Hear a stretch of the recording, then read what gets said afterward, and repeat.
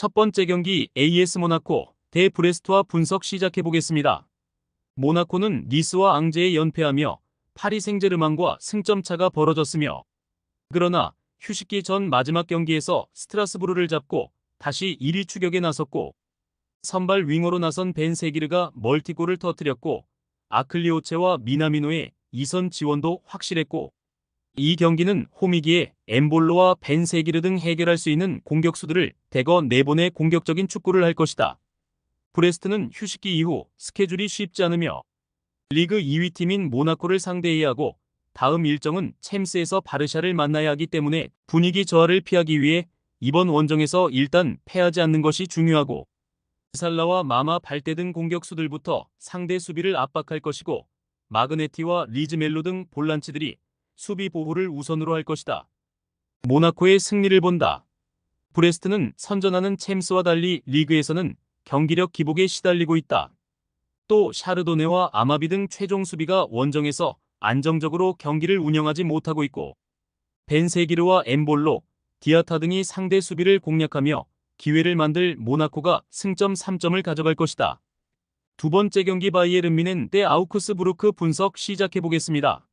뮌헨은 휴식기를 선두로 들어갔으며 레버쿠젠과 프랑크푸르트 상대로 무승부를 기록했지만 나머지 8경기는 모두 승리했고, 벌써 17개의 공격 포인트를 기록한 해리 케인 외에도 무시알라와 올리세, 코망 등이 폭발적인 화력을 자랑했고, 김민재가 우파메카노와 함께 수비 라인을 잘 지켜냈으며, 거의 모든 선수들이 대표팀을 다녀왔지만 부상 없이 복귀했기에 이 경기에 전력을 다할 수 있다.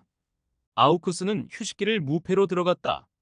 도르트문트를 잡았고, 볼프스와 호펜하임 등 난적 상대로도 승점을 따냈으며, 단 강팀을 연파한 홈과 달리 원정에서는 시즌 내내 성적을 내지 못하고 있고, 이번 원정은 리그 최강팀을 상대하기에 공격 의사를 보이지 않는 극단적인 수비 축구로 나설 것이다. 뮌헨의 승리를 본다. 아우크스는 중원에 나설 오니에카와 야키치 등이 최종 수비와 간격을 좁히며 뮌헨의 공세를 저지하려 할 것이다. 그러나 라이머와 킴미 등 분데스리가 최고의 중원이 나설 뮌헨 상대로 원하는 경기를 하기 어렵고, 케인과 사네, 올리세가 공격을 주도할 것이고, 킴미가 경기 주도권을 가져올 뮌헨이 무난하게 승리할 것이다. 세 번째 경기 플리머스 대 와포드 분석 시작해 보겠습니다. 플리머스는 휴식기 전 두 경기에서 승점 4점을 추가했으며, 그로 인해 하위권 순위지만 중상위권과 격차를 어느 정도 좁히며 휴식기 이후 위로 올라가려 한다. 지난 시즌 최고의 선수였던 휘테커의 부진이 아쉽긴 하지만 오바메피와 팔손, 무스타파 둠부 등이 잘해주며 최근의 상승세를 이끌었고, 플레게주엘로가 수비 라인을 잘 지켜냈다.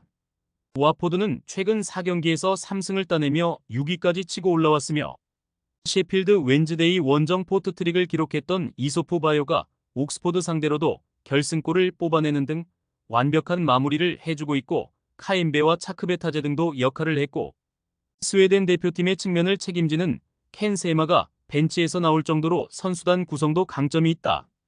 접전을 본다. 와포드는 홈팀에 비해 공격력이 좋은 팀이고, 그러나 최근 원정 3경기에서 2패를 당하는 등 원정에서는 고전하기에 공격 위주로만 경기에 나서기 어렵다.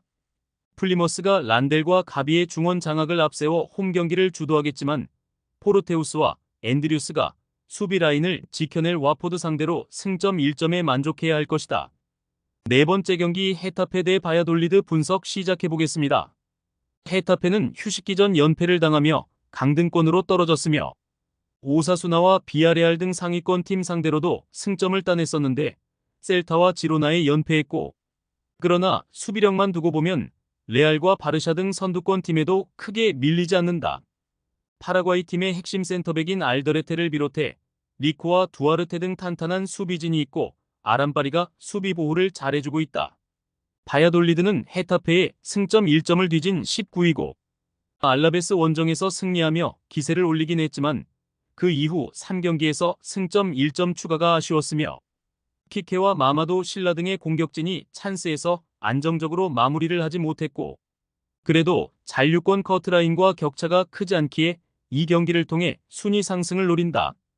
헤타페의 승리를 본다. 바야돌리드는 모로와 루카스 로사 등 측면의 공격 가담이 원활하다.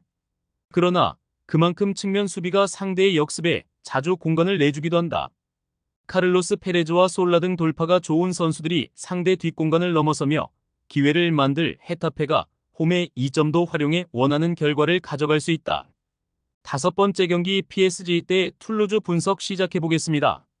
파리는 휴식기 전 4연승에 성공하며 리그 1위를 지켰으며 모나코의 페이스가 워낙 좋은 이번 시즌이지만 그래도 프랑스 최강임을 증명 중이고 10골을 기록하며 리그왕 득점왕에 도전하는 바르콜라는 음바페가 떠난 팀의 에이스로 나섰고 덤벨레와 이강인 등이 5골 이상을 기록 중이며 네베스와 루이스, 두이 등 주전급 로테이션 자원도 즐비하기에 감독이 선수 기용에 여유도 있다.